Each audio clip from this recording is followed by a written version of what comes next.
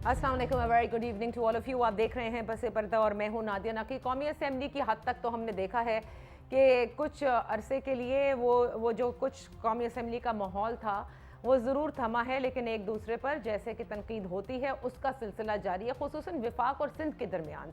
आज आपने फवाद चौधरी साहब को भी फ्लोर ऑफ द हाउस पे देखा कि उन्होंने पीपल्स पार्टी को तनकीद का निशाना बनाते हुए कहा कि इतने साल जितने पीपल्स पार्टी को सिंध में हुकूमत करते हुए अब तक हो चुके हैं, इतने तो किसी आमिर को भी इतना वक्त नहीं दिया। लेकिन सिंध का हाल आप देख लें, दोनों अपोजिशन जमातों को तनकीद का निशाना बनाते हुए फवाद चौधरी साहब का ये कहना था कि उनका काम सिर्फ और सिर्फ पैसे बनाना था, मनफी सियासत छोड़कर मस्बत सियासत की तरफ आए। इमरान खान को तनकीद का निशाना बनाकर वो इमरान खान साहब को मजीद मजबूत कर रहे हैं और अगले 5 साल भी इमरान खान साहब के ही होंगे। अच्छा, उसके बाद आपने ये भी देखा कि काबीना का इजलास हुआ, उसके बाद भी प्रेस कॉन्फ्रेंस की और काबीना के इजलास में होने वाले फैसलों से आगाह किया गया। और ओवरसीज पाकिस्तानियों के हवाले से न सिर्फ कौमी असेंबली के फ्लोर पे बल्कि काबीना के इजलास के बाद भी फवाद चौधरी साहब का कहना था कि इन दोनों जमातों को खौफ है, ये दोनों खौफजदा हैं ओवरसीज पाकिस्तानीज का इंतखाबात में हिस्से लेने के हवाले से।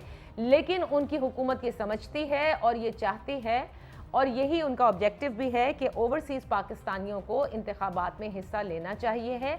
अभी से ही ये काम का आगाज़ किया गया है ताकि फिर ये ना हो कि जिस वक्त आम इंतखाबात हों ये कह दिया जाए कि अभी तो वक्त बहुत कम है एंड ऑल ऑफ दैट। सो एक ओवरसीज पाकिस्तानियों का जो मसला है वो लगता है कि बहुत ही स्ट्रांगली एडवोकेट कर रही है मौजूदा हुकूमत। अपोजिशन क्यों खौफजदा है, आज इस पर भी बात करेंगे।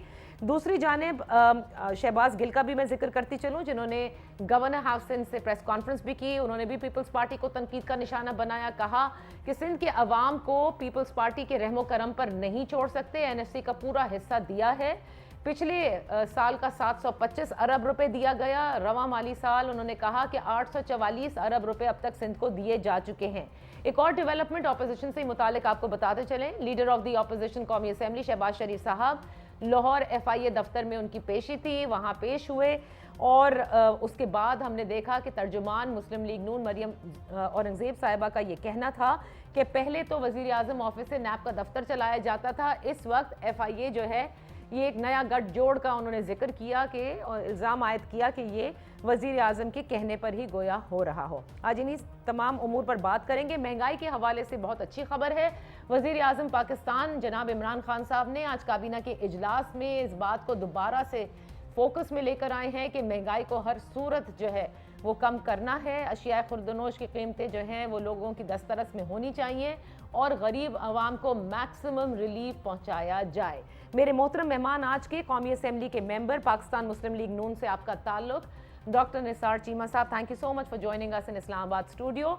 सिंध के IT के वजीर नवाब तैमूर तालपुर साहब, आपका बेहद शुक्रिया फॉर ज्वाइनिंग अस। और हमारे साथ होंगे मेंबर पंजाब असेंबली हैं नदीम कुरैशी साहब, पाकिस्तान तहरीक इंसाफ से आपका ताल्लुक, आपका भी बेहद शुक्रिया।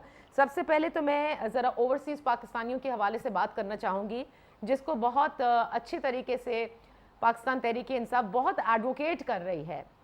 नदीम कुरैशी साहब, क्या ऑब्जेक्टिविटी है, क्यों आप समझते हैं, क्या महज इसलिए कि जैसे फवाद चौधरी साहब ने कहा आज के जो उनकी मतलब जितना पैसा उन्होंने भेजा है इतना कभी नवाज शरीफ साहब और जरदारी साहब की दौरे हुकूमत में नहीं आया था, और जो जितनी भी तरसीलात हैं वो बहुत बड़ी हैं और इससे पता चलता है कि उनका इमरान खान साहब पर एतमाद है। इस वजह से आप लोग चाहते हैं कि ओवरसीज़ पाकिस्तानीज़ को ये मौका फराम दिया जाए कि वो इंतखाबात में हिस्सा लें। अब बिस्मिल्लाह रहमान रहीम। नादिया, देखिए, हमने बुनियादी तौर पर देखना यह है कि हमारा निज़ाम इंतखाब जो है, जो हमेशा से मुतनाज़ा रहा, जब भी किसी जमात ने इंतखाब में शिकस्त खाई उसने फौरी तौर पे उस निज़ाम इंतखाब पर ना सिर्फ क्वेश्चन मार्क किए बल्कि एक एहतजाजी तहरीक का आगाज कर डाला। अब बड़ा अच्छा मौका है, अभी इंतखाब में कमोबेश 2.5 साल है, सही। तो मैं समझता हूँ अपोजिशन और गवर्नमेंट मिलकर एक ऐसे इंतखाबी निज़ाम की तरफ अगर हम सब लोग इकट्ठे हो जाए और तय पा जाए कि ये इंतखाबी निज़ाम होगा जिसके तहत पाकिस्तान में बसने वाले लोग अपना हक राय दही इस्तेमाल करेंगे, और बैने ही वो लोग जो बैरून मुल्क पाकिस्तानी है और जो मतलब जिनकी तादाद आबादी 1 करोड़ से ज्यादा है। मुझे अब 100% ये एक्यूरेसी नहीं मालूम कि वोट्स कितने हैं, लेकिन जो हमारे पास फिगर्स है 1 करोड़ 10 लाख से ज्यादा पाकिस्तानी बैरून मुल्क में आबाद है। हम्म, अच्छा, ये टोटल पॉपुलेशन का ऑलमोस्ट 5 to 6% बनता है।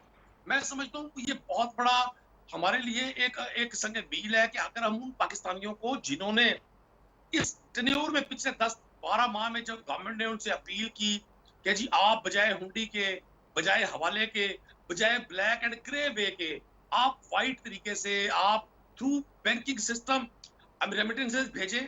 और इससे पहले माजी में भी लातादाद मिसालें हैं कि जब भी किसी गवर्नमेंट ने ओवरसीज पाकिस्तानी को अपील की तो उन्होंने पाकिस्तानियों से ज्यादा बढ़कर उस सारी चीजों में हिस्सा लिया। ओके, तो मैं समझता हूँ अगर पाकिस्तान तरीके इंसाफ उनकी एडवोकेसी कर रही है, उसके पीछे सिर्फ एक नुकता है कि हम पाकिस्तान में मौजूद लोग भी और बैरून मुल्क पाकिस्तानी भी जिनके रिश्ते इस मट्टी के साथ जुड़े हुए हैं, जो किसी सूरत भी पाकिस्तान की तरक्की और खुशहाली की इस सफर में अपने आप को पीछे नहीं रखना चाहते। ठीक है। हमें उनको वोट देना चाहिए, वो वोट करे।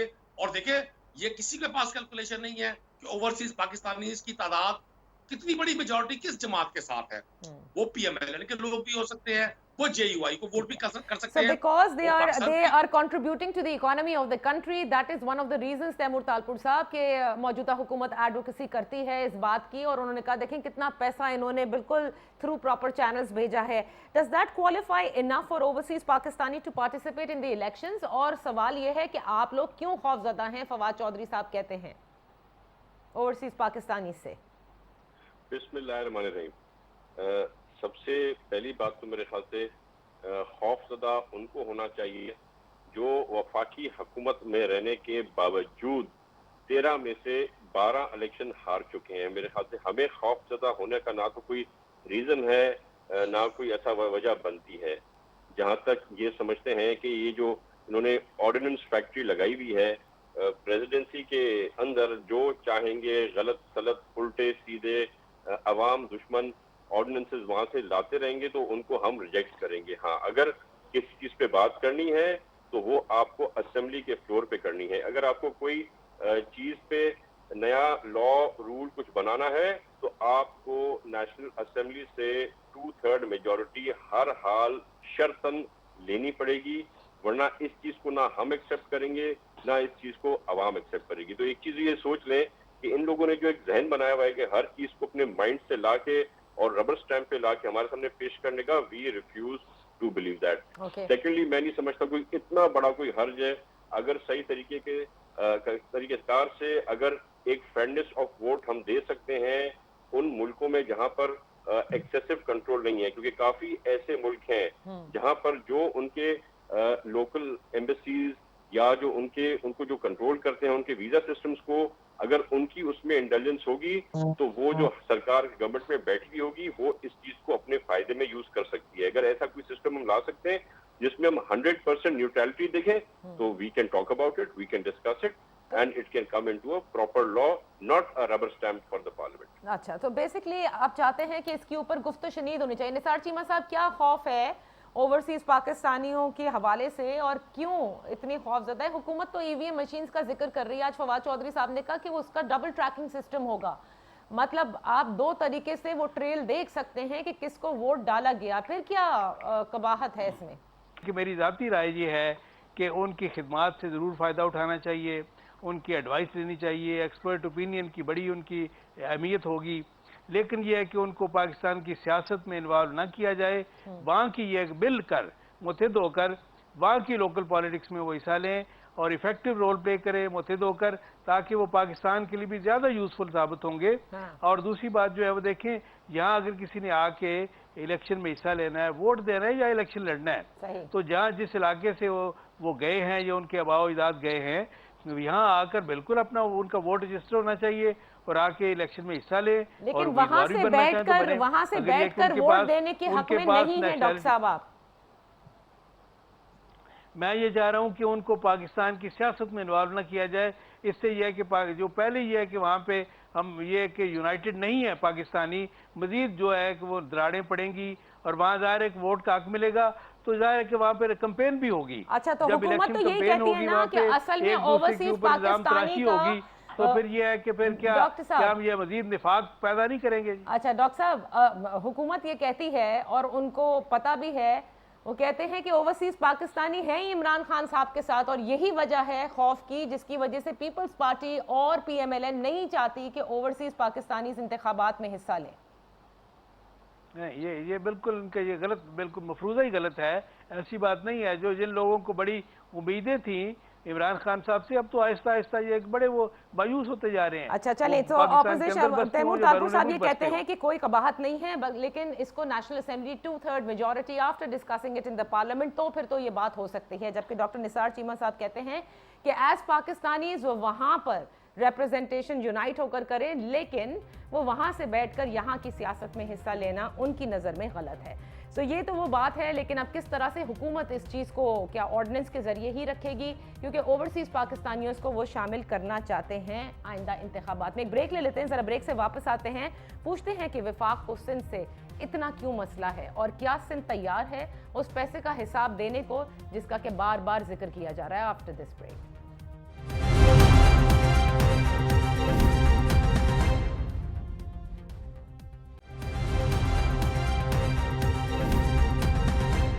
Welcome back. नदीम कुरैशी साहब, डॉक्टर निसार चीमा और तैमूर तालपुर साहब से हम बात कर रहे हैं। नदीम कुरैशी साहब, सिंध के हवाले से बारहा बयान दिए जा रहे हैं, वफाक की जानिब से भी दिया जाता है, मामले खुसूसी भी देते हैं, इसलिए इतना मसला है क्योंकि जाहिर है कि सिंध में जिस जमात की हुकूमत है वो आप यहाँ पर अपोजिशन में हैं और वो वहाँ अपोजिशन में है। यही एक वजह है क्योंकि सारी गवर्नेंस लगता है सिंध की ख़राब है, सारे मसाइल सिंध में ही नज़र आते हैं और बकिया दीगर सूबों को लगता है कि सब कुछ ठीक चल रहा है।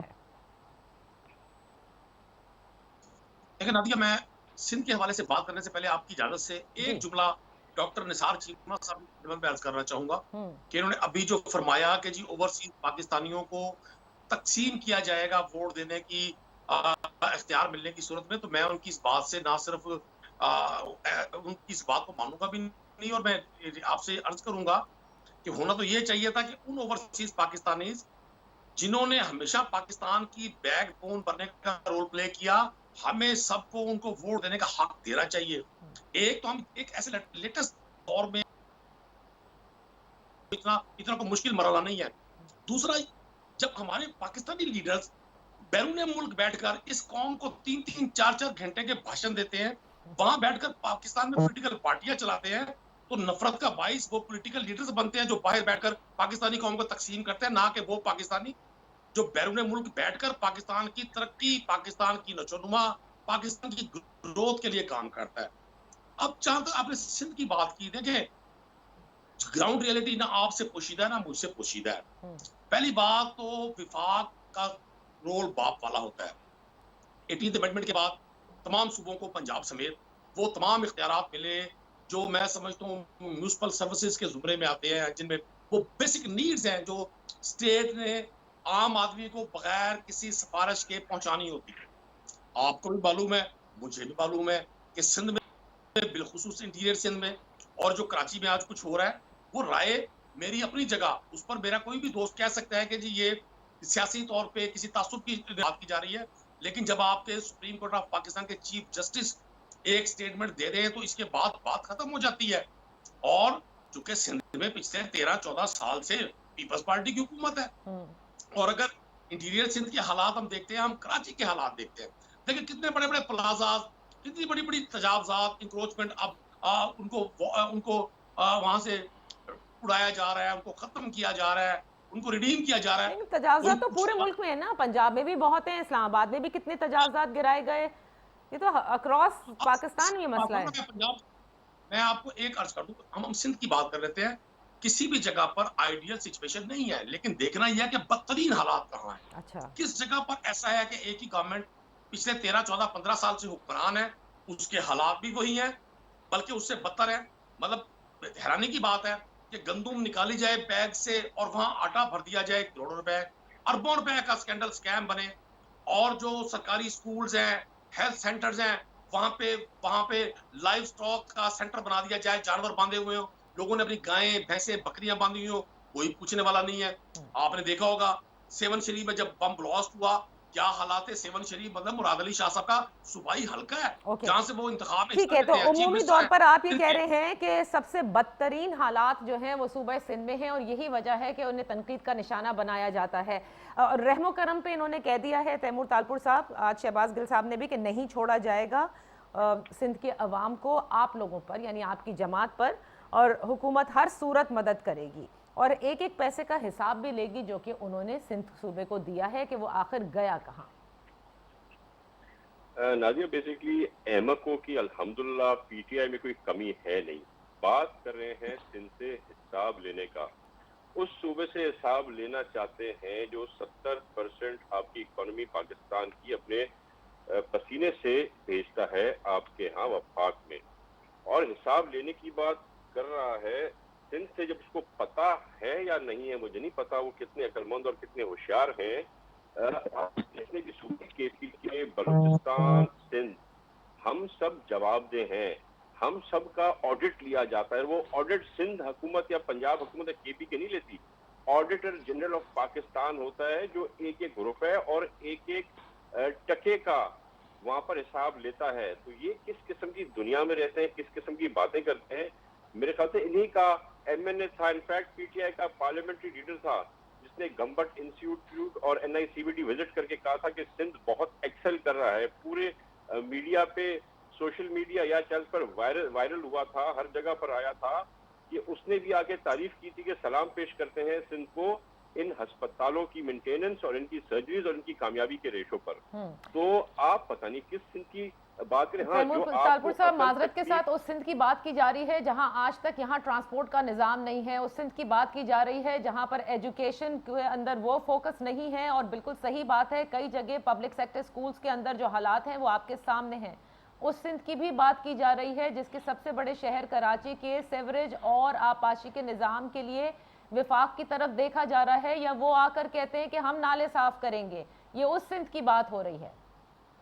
ये उस सिंध की बात हो रही है जिस सिंध के अंदर अगर K4 और S3 पर ये वफाकी हुकूमत अपने वादा के मुताबिक जिस तरह से नवाज शरीफ साहब के टाइम पे वादे वफाक के पूरे किए जा रहे थे, अगर अभी ये उसका आधा या पौना भी करते या 20% भी करते तो आज पानी का और ये आपके मसले हल हो चुके होते। अगर कोर्टें हमें स्टे देती ये इंक्रोचमेंट साफ कराने के लिए, जो कि उन्हीं की स्टे की वजह से हमारी इंक्रोचमेंट आज तक पड़ी हुई थी, तो ये उसी सिंध की बात हो रही है। और ये उसी सिंध की बात हो रही है जिसकी सबसे बड़ी टेररिस्ट जमात जिसको करार दिया था इमरान खान साहब ने, जिसने ये सारे नालों पे कब्जे किए थे, ये सारे कराची में चाइना कटिंग और इंक्रोचमेंट की थी, जिनको ये अपना टेररिस्ट विंग समझते थे, उनको आज बहुत बहुत अच्छा समझ के अपने साथ बिठा के बैठे हुए हैं, क्योंकि उनको उनसे भी एनआरओ लेना था। ये उसी सिंध की बात हो रही है जिसमें आज 50,000 लोग पंजाब से, 40,000 लोग केपीके से आपके आके अपना बलूचिस्तान से आके इलाज करा रहे हैं हमारे पास, हमारे सिंध में। ये उस सिंध की बात हो रही है। हाँ, 13 साल से अल्हम्दुलिल्लाह हम हुकूमत में हैं और कम से कम 13 साल और हम हुकूमत में रहेंगे। हम अपनी सीटें ले रहे हैं, जीतते जा रहे हैं और आप हारते जा रहे हैं। आज पीटीआई पहले नंबर से 6वें नंबर पे आई अपनी सीटों पे जो जीतती थी। आज लोग जो इनको वोट करते थे इनको अंडे और टमाटर मार के वेलकम करते हैं।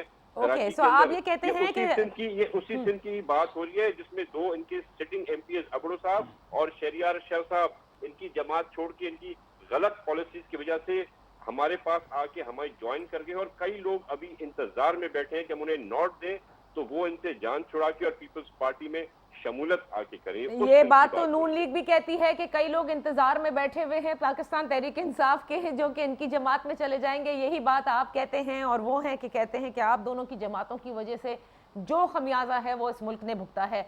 मैं निसार चीमा साहब आपकी तरफ आऊंगी। देखिए, सिंध के हवाले से या जिस तरह से वफाक और सूबे के अंदर मुस्तकिल की एक बयानबाजी चल रही है, क्या आपको लगता है कि ये मामला सिर्फ बीइंग ऑपोजिशन की वजह से है, लेकिन ये मामला बड़े संगीन नौयत के हैं? क्योंकि एक तरफ ये बताया जाता है कि हमने बहुत सारे पैसे दिए और एक तरफ ये बताया जा रहा है कि पैसे ही नहीं दिए गए हैं इतने, और जब तक पूरे एनएफसी का शेयर नहीं दिया जाएगा डेवलपमेंट के हवाले से किसी किस्म की कोई बात नहीं करनी चाहिए। देखिए नादिया, मैं चंद बुनियादी और असूली बातें करना चाहता हूँ। एक तो ये कि जो गवर्नेंस के हवाले से डिलीवर करने के हवाले से, खा कोविड हो या बाकी हो मामलात, चीफ मिनिस्टर सिंध की कारकर्दगी जो है वो पंजाब के चीफ मिनिस्टर से 100 गुना बेहतर रही है, इसमें कोई शक नहीं है। और मुझे पता है कि इंटरनेशनल इदारों ने भी उनकी तारीफ की है। देखिए कोई मुकाबला ही नहीं है यहाँ जो है। देखें जिन्होंने जो सिंध की बात कर रहे हैं गवर्नेंस की, वो अपने गिरेबान में झांकें जहाँ उनकी हुकूमत है पीटीआई की, पंजाब और केपी में, ज़रा देखें तो सही कि वहाँ क्या सूरत हाल है। बात यह है कि जहाँ तो लॉलेसनेस है, पंजाब में तो ऐसे है जैसे हुकूमत नाम की चीज़ ही कोई नहीं है। मेरा अपना डिस्ट्रिक्ट गुजरांवाला इस तरह लगता है कि ये जैसे मुजरमों और डाकुओं के रमो करम पे छोड़ दिया गया है। जो जिस तरह की सियासी मुदाखलत आज है, इमरान खान साहब ने वैसे तो हर मामले में यू टर्न लिया, जो उन्होंने ऐलान किया, जो वादा किया, उसके बिल्कुल खिलाफ चले। वो देखिए उन्होंने कहा था कि मैं सियासी मुदाखलत बंद कर दूंगा लोगों की, सरकारी मुलाजमों की पोस्टिंग ट्रांसफर के मामले में। जितनी आज ज़्यादा सियासी मुदाखलत है ये आज तक हमारी तारीख में कभी नहीं थी। और सिफारशी जो लोग लगते हैं इंतहाई करप्ट लोग मेरे अपने ज़िले में, वो ये उनकी हालत ये है कि जो पीटीआई के हारे हुए कैंडिडेट हैं वो उनके ज़ाती नौकर बने हुए हैं और उनके कहने पे हमारे जो लोग हैं उनके खिलाफ झूठे पर्चे आए रोज दर्ज करते रहते हैं। क्या सिंध में इस तरह होता है? जी नदीम कुरैशी साहब, रिस्पॉन्ड टू दिस। आप भी पंजाब से ही हैं और पंजाब के ज़ाहिर बुज़दार साहब तो कहते हैं कि अब बहुत अच्छी तरह से smooth running of the province चल रही है, जबकि डॉक्टर साहब ने तो अपने ही जिले का जिक्र कर दिया है। वो उनको मैं बता देता हूँ, दिखा देता हूँ, वो आए कुरैशी साहब मेरे पास। जी नहीं डॉक्टर साहब, मैं भी पंजाब का हिस्सा हूँ। डॉक्टर साहब से कैसे नादिया हम तवक्को रख सकते हैं कि डॉक्टर साहब किसी हक बात को हक कहें? ये जिस ग्रोह के साथ है, जिन लोगों के साथ है, वो तो पंजाब में 35 साल उपरार रहे। ग्रोह जमात है, सियासी जमात है, आप उसे ग्रोह क्यों कह रहे हैं? मैं अर्ज कर रहा हूँ, मैं आपसे अर्ज कर रहा हूँ।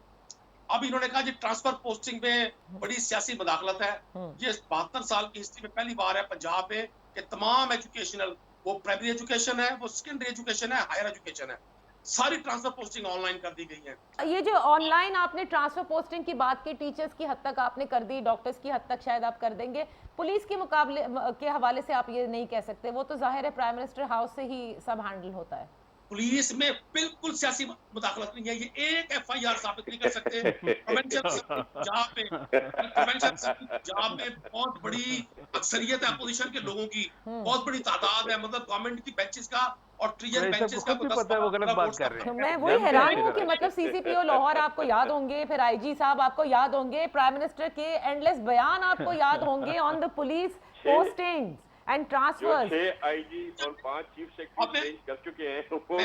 लेकिन सब कुछ ऑनलाइन हो रहा है, या तो वो सिस्टम जो है कुछ ज्यादा ही अपडेट हो गया कि वक्त से पहले मतलब वो जब तक वहां पे पोस्टिंग और ट्रांसफर होनी थी उससे पहले वो अपडेट कर देता है। मैं एक ब्रेक लेने दीजिए नदीम कुरैशी साहब। मेरे दोनों मेहमान पुलिस की पोस्टिंग और ट्रांसफर के हवाले से आपकी बात को मज़ाइका खेज करार दे रहे हैं। आपने देखा वो किस तरह से हंस रहे हैं।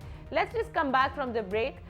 ये जो ना मानने वाली बात है, बहुत अच्छे काम जरूर किए होंगे पंजाब ने, यकीनन हर सूबे के चीफ मिनिस्टर, हर सूबे की काबीना, हर सूबे के वुज़रा कोशिश जरूर करते हैं, लेकिन बहुत फ्लॉज हैं। जैसे कि मैंने तैमूर तालपुर साहब को गिनवाया कि सिंध में किन किन चीज़ों की कमी है, तो पंजाब में भी यकीनन होगी। लेकिन ना मानने से बड़ी अजीब लगता है, because then you can not put any correction to it. आज ही वज़ीर आज़म जनाब इमरान खान साहब ने सिटीजन पोर्टल वालों से बड़ी सरजनिश की है, खुसूसन एफआईए के हवाले से, कि बार बार एक खातून ने हिरासा होने की कंप्लेन की, एफआईए को की, लेकिन वो नज़रअंदाज करते रहे उसको। तो ये मामलात होते हैं, इन सिस्टम्स में हैं। और इसी एफआईए की आज पेशी भी थी, यानी leader of the opposition FIA पेश भी हुए। इस पर भी चाहेंगे ज़रा डॉक्टर निसार चीमा साहब से गुफ्तगू कर ले, राइट आफ्टर दिस ब्रेक।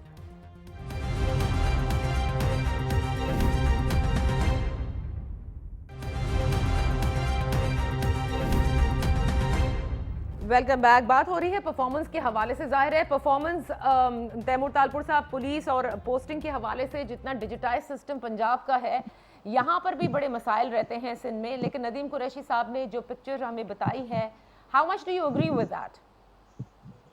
हम तो देख रहे हैं, सुन रहे हैं। आप तो बाकियों को छोड़ दें, आप इनके अपने जो पीटीआई के एमपीएस हैं उनसे जरा पूछें पंजाब गवर्नमेंट की परफॉर्मेंस का। मैं चले गलत बात कर दूंगा, डॉक्टर निसार साहब गलत बात कर देंगे। इनके अपने एमपीए ओपनली मैं आपको 100 वीडियोस दिखा सकता हूँ, पूछते हैं अपने सीएम को कि हमें कहाँ फंसा दिया है, कितना इनकॉम्पिटेंट चीफ मिनिस्टर हमने दे दिया है। वो सूबा जहाँ पर 5-5, 6-6 अभी तक आईजी चेंज हो चुके हैं, 6-6 चीफ सेक्रेटरीज चेंज हो चुके हैं। हर बजट में ये अपने फाइनेंस मिनिस्टर को चेंज कर देते हैं, पर इनसे एक्सपेक्टेड भी यही था नादिया, क्योंकि बहुत दुख के साथ कहना पड़ता है, जिस मुल्क का वजीर आजम बजाय इसके कि वो कहे मैं रेपिस्ट को सख्त से सख्त सजा दूंगा, मैं रेपिस्ट को गलियों में टांग दूंगा, चौकों पे टांग दूंगा, वो आके उन्हीं को बहाना बना के उनको मदद करे और मदद फराहम करे, इस तरीके से कहे कि जो औरत फलाने तरीके से कपड़े पहनती है और फलाने तरीके से कपड़े पहनती है तो वो अपने को ज्यादा वायबल कर रही है। मतलब आप उन लोगों को अभी से प्राइम मिनिस्टर बहाना दे रहे कि कल खुदा ना खास्ता कोई इस किस्म का कहीं इंसिडेंट हो तो वही लोग जाके, वही क्रिमिनल जिनको फांसी मिलनी चाहिए, वो जब वहां पर जाकर कहे कि जी उसने फलाने कपड़े पहने हुए थे, प्राइम मिनिस्टर भी कहते हैं कि इसका हो सके। तो ये किस किस्म का प्राइम मिनिस्टर है, ये किस किस्म की गवर्नेंस है? मेरे ख्याल से ये बार बार IGs, chief secretaries, finance minister change करने के बजाय मेरे ख्याल से अब मैं इस बात पर आ गया हूं कि जब तक इमरान खान इस मुल्क का वजीर आजम है, कुछ बेहतरी नहीं आ सकती। तो फिर ये बता दें तैमूर तालपुर साहब, जरदारी साहब की जो मुलाकात है जो आज काफ लीग की सरबराह से हुई, what is cooking in people's party, what is the plan? देखिए, आसिफ जरदारी साहब जो है यार बाश आदमी है, उनकी दोस्तियां हैं, यारियां हैं, उनके जो दोस्त हैं उन पे भरोसा करते हैं। और आप देखते हैं जब इलेक्शंस आती हैं तो ना होने वाले रिजल्ट हमें मिल जाते हैं। जब इलेक्शन आती है तो यूसुफ गिलानी साहब कम वोट रखने के बावजूद भी जीत जाते हैं। तो अब किस चीज की तैयारी है? बिल्कुल सही कह रहे हैं, ना आने वाली चीज हो जाती है, अब किस चीज की तैयारी है?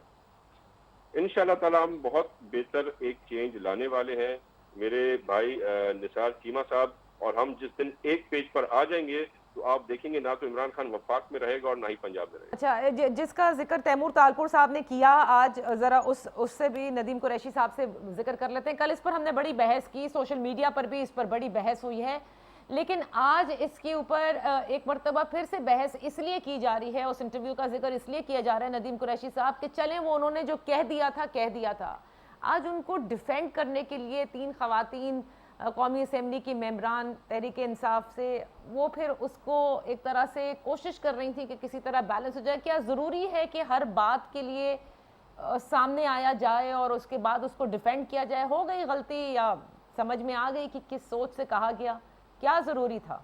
इससे और ज़्यादा अब आज जो बात की गई उससे ऐसा लगता है कि वी स्टैंड बाय इट, कि जो शख्स जिनसे हरासा करता है उसका कसूर नहीं होता, कसूर हमेशा उसका होता है जो विक्टिम है बेचारा। देखिए, किसी भी बात की दादिया 2 पहलू होते हैं, 3 पहलू होते हैं। बात जब कोई शख्स कर रहा होता है, समझने वाले का अपना एक सोचने का जाविया है। देखिए, मैं समझता हूँ प्रेस कॉन्फ्रेंसेस उस वक्त होती हैं जब किसी भी स्टेटमेंट को मुख्तलिफ लोग अपनी अपनी मर्जी का वो लिबादा पहनाकर उसकी प्रेजेंटेशन करें। तो किसी चीज की अगर वजाहत कर दी जाए, हर चीज के कई पहलू होते हैं। मैं आज भी समझता हूँ मिन हैसुल कौम, जब तक हम लोग इस ब्लेम गेम से बाहर नहीं आएंगे, जब तक हम सब लोग, अगर मेरा मुखालिफ भी कोई अच्छी बात कर रहा है और बीच में इतनी मॉरल करेज होनी चाहिए, इतनी जुर्रत होनी चाहिए। ठीक है, तो बस आखिरी सवाल का जवाब दे दें नदीम कुरैशी साहब। बिल्कुल आपने कहा हर एक का अपना सोच का जाविया, समझने का जाविया। आपका इस पर क्या बयान होगा कि हमारे यहाँ ये जो केसेस हैं ये क्या इसलिए होते हैं कि हमारे माशरे में ख़वातीन सही किस्म का लिबास नहीं पहनती, जिसकी वजह से देखिए ये सारे जी देखिए, आपने इसका देखना है कि किस बैकग्राउंड के साथ उन्होंने बात की। मैं उनका बैकग्राउंड छोड़ दीजिए, मैं आपसे पूछ रही हूँ ये सवाल। मैं आपको अपनी राय दे रहा हूँ। मैं तो बिल्कुल समझता हूँ कि जो हमारे मज़हब ने प्रीचिंग की है कि खवातीन को हिजाब लेना चाहिए, खवातीन को पर्दा करना चाहिए। मैं तो मदर पिदर आजाद माशरे का कायल नहीं हूँ। मैं अपनी बीवी के लिए भी वो कानून समझता हूँ, अपनी बेटी के लिए भी वही समझता हूँ, अपनी बहन के लिए भी वही समझता हूँ। ये तवाज़ुन जब हुजूर पाक सल्लल्लाहु अलैहि वसल्लम ने हमें जो दर्स दिया, वो हमारे लिए क़यामत तक के लिए एक मशअल राह है। ठीक है, और क्या लिबास, और क्योंकि अगर खवातीन पर्दा नहीं करेंगी, अगर जिस तरह से आप कह रहे हैं, तो फिर इस तरह से हमारे माशरे में रेप केसेस इंक्रीज होते जाएंगे, राइट? 100% मैं तो इस बात का कायल हूँ। मुझ पे तमाम खवातीन की जो एसोसिएशंस हैं, मुझ पर कोई इल्जाम लगा दे, मुझे जेंडर डिस्क्रिमिनेशन का कोई मुझ पर मेरे माथे पे कोई झूमर लगा दे, मैं तो अच्छा, ये बात चले हमारे चले हमारे खवातीन मजहब का में तो आपने रेप लिबास से बता ज्यादा दिया, बड़ा कोई गुनाह है आपने नहीं मेरे खवातीन ख्याल का से। लिबास बता दिया। मुझे बता दें बच्चियां क्या पहना करें, जैसे ज़ैनब की उम्र की बच्चियां थी, इससे कम उम्र की बच्चियां थी, उनके लिए क्या है? नादिया आपने देखे, ये बड़ा अहम क्वेश्चन है। मुझे मैं आपको एक अर्ज करूं, अब आप लोग जो कहते हैं कि इस मुल्क में 2.5 साल में इमरान खान इनकलाब ले आए, जिस कौम को साइकोलॉजिकली आपने इतना डिप्रेशन में का शिकार कर दिया, 30-40 साल इकतदार में रहकर जिन्होंने आपने जो इसकी मॉरल करेज ही खत्म कर दी इस कौम की, कि मदारिस जो हमारे लिए रोल मॉडल हुआ करते थे, उनके स्कैंडल्स, 2.5 साल के, 3 साल के, 5 साल के बच्चे बच्चियों के साथ होने वाले ये जुल्म, ये हमारी ज़हनी बीमारी का, हमारे मुआशरे के इन्हिताह का बहुत बड़ा सबूत है।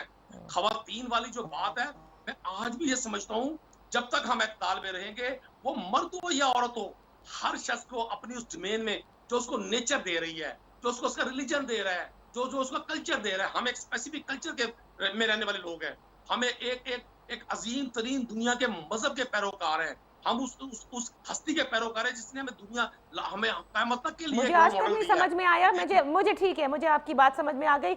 Very quickly in 30 second, Taimur Talpur साहब, या तो मेरी नजरें खराब हैं या मुझे समझ में नहीं आ रहा, पाकिस्तान में कौन सा ऐसा आपने